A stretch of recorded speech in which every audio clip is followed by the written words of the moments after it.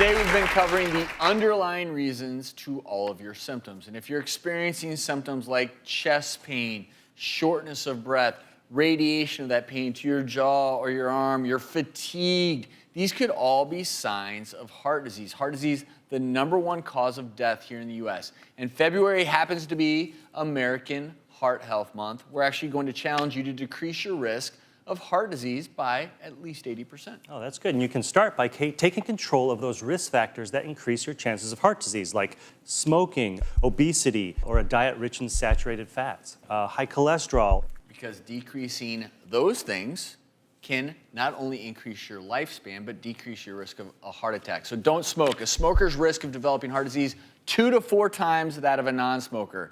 Keep a healthy weight, be active, exercise. Losing as few as 10 pounds could lower your heart disease risk by up to 50%. We've talked about on the show before, eating nuts, which are loaded with good fats, fruits and vegetables, lean proteins. That may help reduce your risk of heart disease by up to 80%. And those are the kind of steps that will help lower your cholesterol, because cholesterol builds up over time in the walls of your arteries. That's what leads to heart disease and heart attacks. Now, we received an email from a viewer, and it reads, "Hi doctors, I heard that omega-3s are important to heart health. Is that true? And if so, how?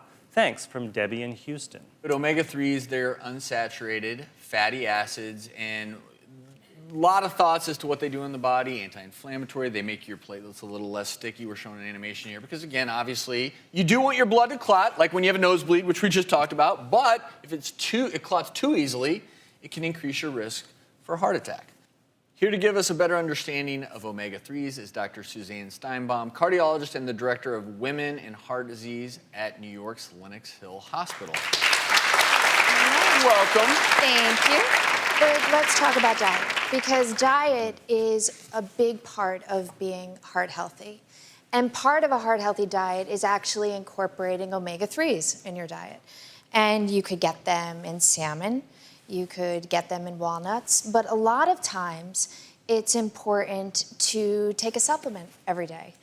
And that's one of the things that I recommend to my patients, is actually to take an omega-3 supplement every day. I've been working with and been a spokesperson for Schiff Mega Red, which is a krill oil supplement as opposed to a fish oil supplement. What's the difference between krill oil and fish oil? The way that it's made is with a phospholipid outer layer. And that's very similar to the cells inside the body, so it's very, very easy to digest. A lot of times you'll hear people say with fish oil they have burping, it's difficult, they can't take it, it makes them gassy. This is not exactly the same. It's more easily absorbed and easier to take. And it's actually concentrated, so you don't have to take as much. So 1 pill a day is enough. Nice.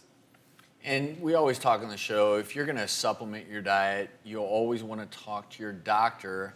And there's a reason for that. If you have things like bleeding disorders, allergies, any other risks with these supplements? I mean, it can increase your chances of bleeding and bruising, because it slows down your blood clotting. And like you mentioned, it can interact with other medications, other supplements. So, just make sure your doctor knows whatever you're taking.